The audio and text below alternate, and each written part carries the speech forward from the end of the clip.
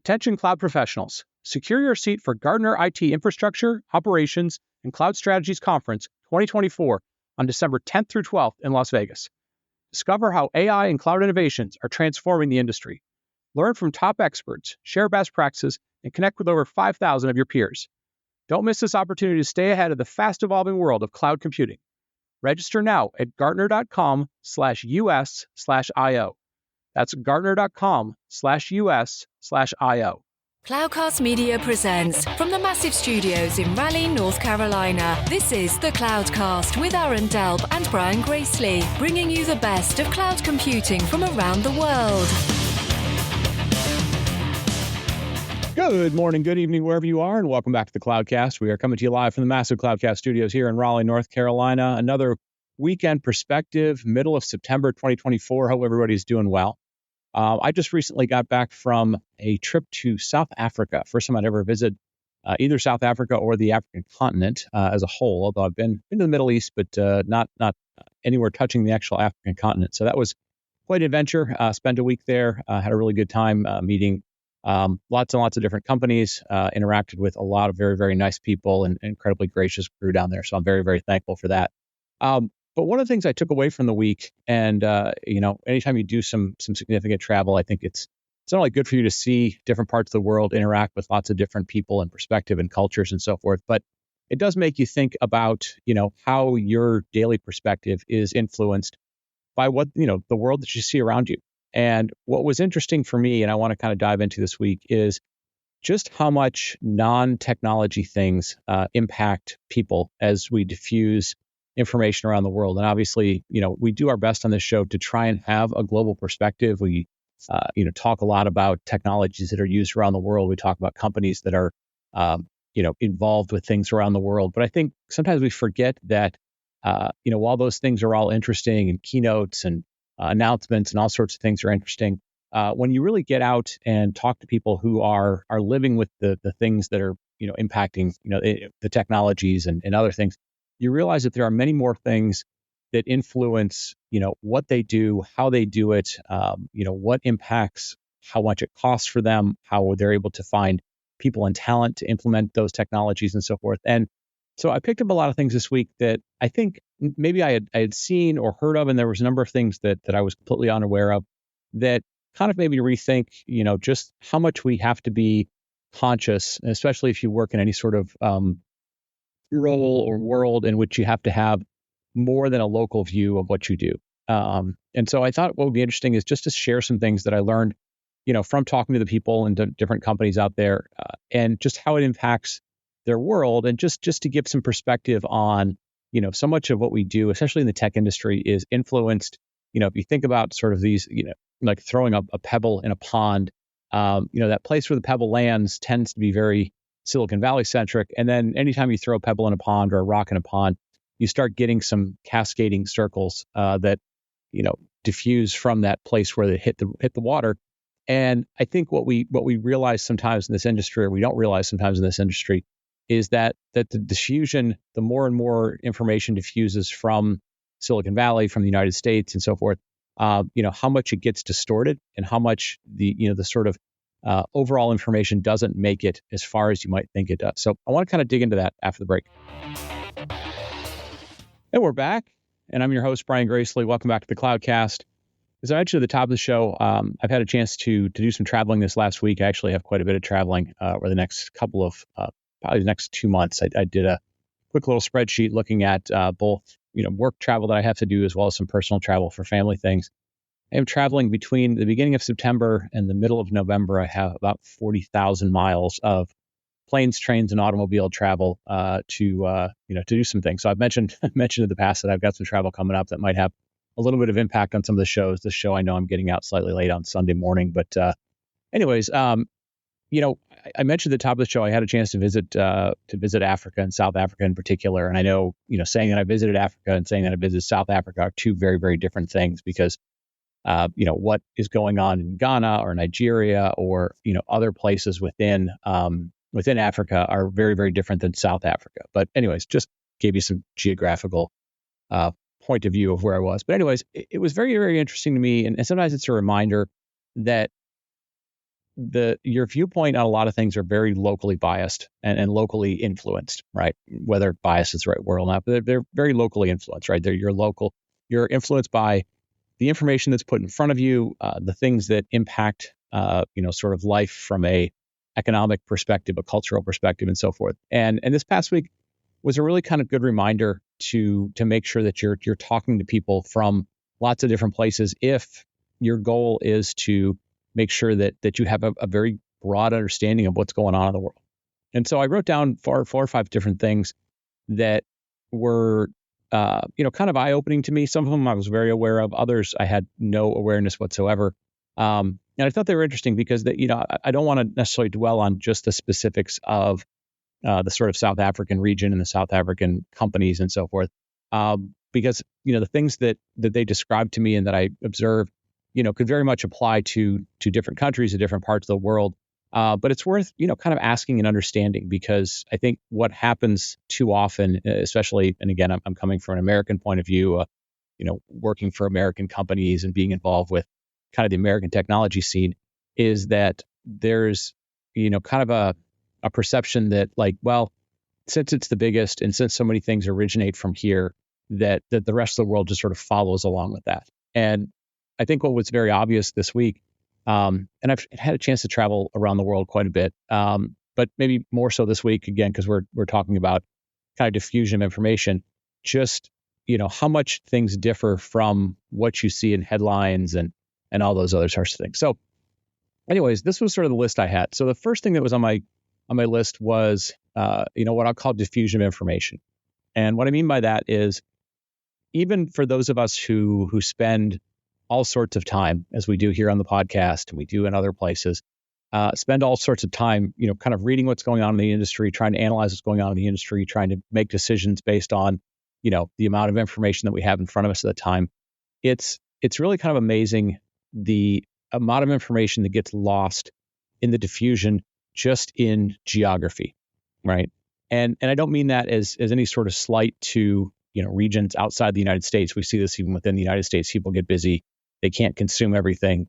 Oftentimes, as we talk about technology, we present it in such a technical, complex way that unless you are right in the middle of it and any specific thing is very specific to you, it can be very difficult to consume it or even understand, why it should matter to you.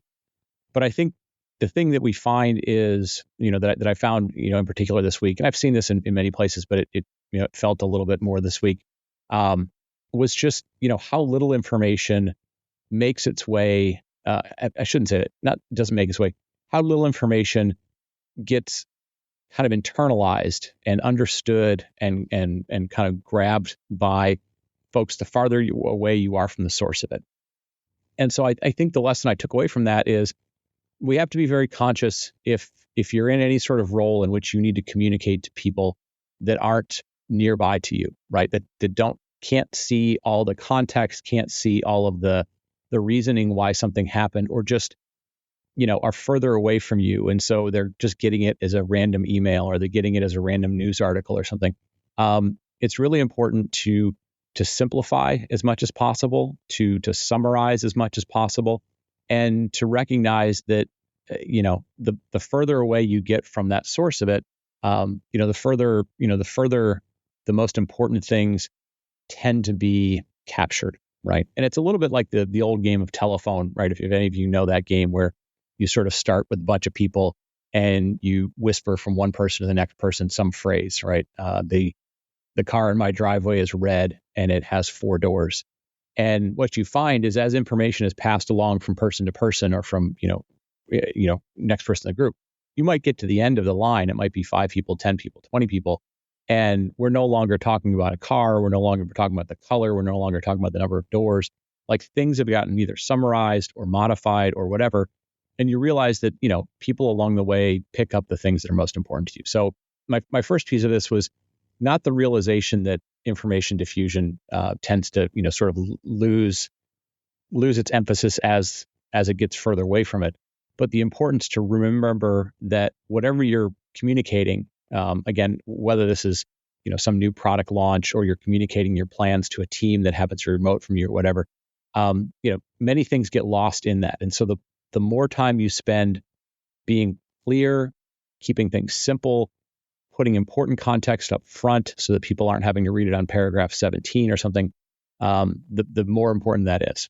And again, the way that I sort of saw that, in this week was less about that people weren't educated about things, but that they weren't able to keep up with the level of amount of information. And, it facilitates itself in ways in which they start talking to you about a problem they have, and you go, oh, well, that's a solved problem, right? In your mind, you're like, that's a solved problem. And you tell them about some capability or some feature that was within a product, and they sort of look at you, and then you realize, oh yeah, that was something that was like one of 5 things that was mentioned in a quarterly release, and it wasn't highlighted, and it might not have been put in the right context.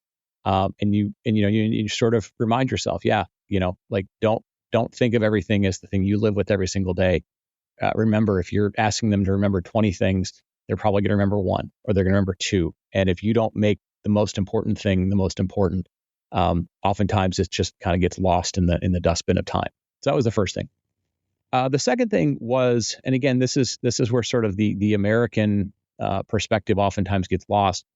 In talking to a number of companies, and I had a chance to talk to companies in the banking industry, insurance industry, media industry. I'm trying to think of a few others, but a number of very, very large industries. So people that you would think are going to be completely up to date with the technology. Excuse me. And then the next thing you sort of realize is, oftentimes, because they are outside the United States, but they are doing work that is somewhat global in nature, or even just regional in nature, in which they're dealing with multiple currencies. And in the United States, I think we tend to forget, how much the dollar is sort of the peg, or the sort of stable point for much of currency exchange. And most of us don't really spend any time thinking about things like currency exchange. But in talking to a number of these companies, you realize how much their business is impacted by currency exchange. And again, it doesn't always have to be, the US dollar involved with it, but it can be currency exchange from country to country. And then you start to realize that, a lot of the things that they do, especially in certain larger industries in which they're having to make plans that are 3 years, 5 years out, especially if they involve, capital expenditures or, long-term partnerships, there's only so much you can do to sort of predict where the future of currencies will go. And there's lots of things that treasury departments and finance departments at companies do to try and hedge against volatility with currency. But, oftentimes, if you have a scenario in which one of the currencies in which you have to trade or which you do business with go through some sort of hyperinflation or collapse, or, something that is a significant change, it can have significant impact to their business. And it's not something that we necessarily think about from a technologist perspective. We sort of just assume currencies work themselves out, or pricing is fairly consistent around the world. And I think in talking to a number of these companies and hearing some of their scenarios in which, whether it was their trading partners or just regions of their business were going through some currency exchange issues, you realize that those are things that, can oftentimes be far, far bigger than does the technology work or does the technology not work. And I think, those aren't necessarily things that people can ultimately control, individual people, but it is something that has to be, significantly discussed. The other thing that I came to realize, and again, this is something that we don't necessarily see in the United States, but we see in other markets is, and again, the terminology for this sort of varies. Sometimes they'll talk about it as sort of black markets or secondary markets, in which, because of certain volatility, especially around something like currency, you have these sort of black markets for money, for cash, for currencies and so forth. And just understanding that those things exist, as opposed to sort of, is it a good thing or a bad thing, but understanding that they exist and that they have influence even beyond like the national policy of an individual given country, is something to at least understand. And if it, is relevant to your world, to sort of dig into it and understand, how you have to adjust to it and so forth. So I think currency exchange, and just the fact that not everything is sort of cost the same or has the same level of stability that we might be used to, say, in the United States, can have a huge, huge impact on that. The third discussion that we had, and again, you're going to realize that a lot of these have nothing to do with technology per se as they do, much bigger issues, is the sort of things that would be lumped into, government laws, embargoes, tariffs, things in which, governments, whether they are U.S. governments or whether they are other country governments, make decisions in order to try and, either protect their citizens, protect their local companies, or try and, influence the trading behaviors between, their country and other countries, or, important companies within their country or not. And, in the case of, talking to some of the people this last week, they were, discussing the impact that, some of the things that have gone on between the United States and China, and some of the, technology embargoes and technology restrictions that are going on between those companies or those countries have downstream impacts on other countries, right? So, in the case of South Africa sort of reminded, a lot of the people that I talked to reminded me, is they said, look, a number of our largest companies have significant investment from China and, the central bank of China and so forth. And in many cases, what they tried to explain was that because of the level of, for example, like mineral availability in Africa, and because of the huge population challenges and sort of goals and so forth of China in particular, there's a huge amount of Chinese influence in Africa. And again, if you're listening to this in the United States and you say, hey, none of that really matters to me, I only care about this, or if you're sitting there in Europe and you say, I don't really care about this, that's fine. But what was interesting was how much they explained to me that, because of that Chinese central bank investment in certain companies in certain areas, how much that was having an influence over the bigger decisions that were being made by the company. And by bigger decisions, what I mean is, whether or not they were going to be more skewed towards the technologies that they wanted to choose, whether they were from the United States or from Europe or from Asia or something, or whether or not they were having to be influenced more so by kind of the goals of, say, Chinese central policy, right? And so it was very interesting to sort of listen to how much that was potentially going to have an impact on them versus, distinctly going to have an impact on them. And again, those are things that sometimes we see them as headlines, U.S. and China having trade wars, or U.S. and Russia having, disputes over, land wars in Ukraine and other places. And then you sort of maybe or maybe not realize how much that actually has an impact on the technology choices, right? And they, sometimes some of us will go, well, I don't really care about politics too much, or I don't really care about, some of that stuff. It doesn't really impact me. But you do realize that in other places around the world, and again, these are sort of secondary, downstream sort of effects, they can have massive impacts. And oftentimes when, as we know with technology, oftentimes when a decision gets made, that decision has a long-term impact, a 5-year, 3-year, 5-year, 7-year sort of life cycle in order to be able to depreciate it or get it adopted and retrained and so forth, that decisions that are made now can have, decade-long impacts or multi-decade-long impacts, and you don't really think about them at the time, but they come into play quite a bit. Fourth thing I had on my list was just the difference in, obviously, in languages and time zone differences, right? And so, I think we all realize that if you work with teams that are outside your country, there's a possibility that you're going to have some language differences. I think the thing that we miss oftentimes is, it's not whether or not we speak the language, whether or not we can use some sort of translation service, but just to realize that, while English is very much a language that is adopted in many, many places, whether it's the native language or whether it is sort of the secondary language, but is used quite a bit because there's the recognition that that company, that region, interacts quite a bit with English-speaking groups, right? Whether that's like the U.S. or the UK or Australia or whatever it might be, India or wherever, right? But it's another one of those sort of information diffusion types of things that you have to remember that when you're working with people in which, say, English is a not primary language, again, it becomes how much can somebody understand when it's presented to them in a way that's not their primary way of understanding things, right? And then things get even more difficult when you're dealing with time zones that are many, many hours different, right? And again, it's sort of just a realization that, yes, that's the world that we live in. And the internet has unlocked ability for people to communicate and collaborate in all sorts of ways, and beginning to see more and more technologies that start to, make that simpler, whether these are, AI-based translation services or all sorts of other interesting things. But just the simple fact, again, that, you're not only maybe not in the same place as this other person, but you're dealing with them in a much different time zone. And again, if you think about, you're 6 hours away, 8 hours away, 9 hours away, there's amount of collaboration that is challenging when you're not in the same place as that person and you don't speak the same language. And there's just an amount of additional, call it overhead or tax or just burden that goes on when you do that. And so again, it gets back to the idea that when you're working in those scenarios in which kind of you're not dealing with a completely level playing field in terms of time zones and languages and how much information somebody has, you have to be extremely diligent to get to the important thing.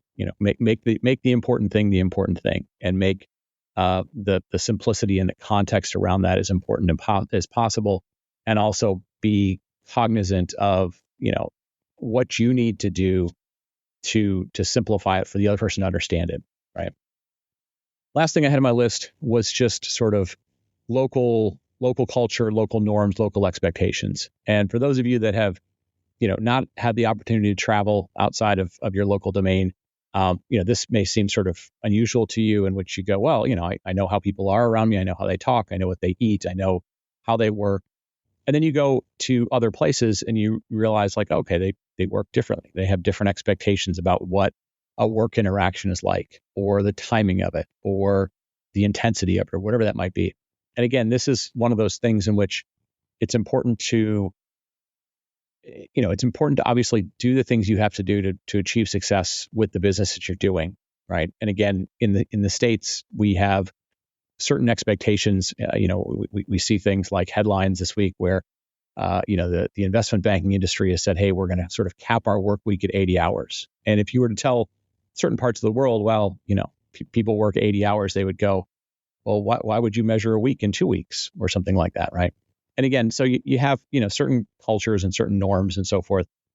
But I think the thing to come back to, and again, this is sort of the understanding the differences that we have, is you can hope that some other group works the way that you do. But the reality is, if you're dependent upon that expectation, you can be disappointed, right? You may be surprised that the meetings don't start until 10:30 in the morning, and you wonder why they don't start until 8 in the morning. And you may wonder why, a meeting may go on for multiple hours and involve food and involve, discussions about, personal life or culture or the local, sporting event or whatever it might be. But the thing to remember is, like, that's part of their culture. That's part of what's important to them. And again, it's like anything else. Your inability to adapt to that, your inability to understand that, and to make understanding of what's important to them, or maybe what they've just done for 200 plus years, that's become part of what they do, is again an understanding that there are distinct differences in regions.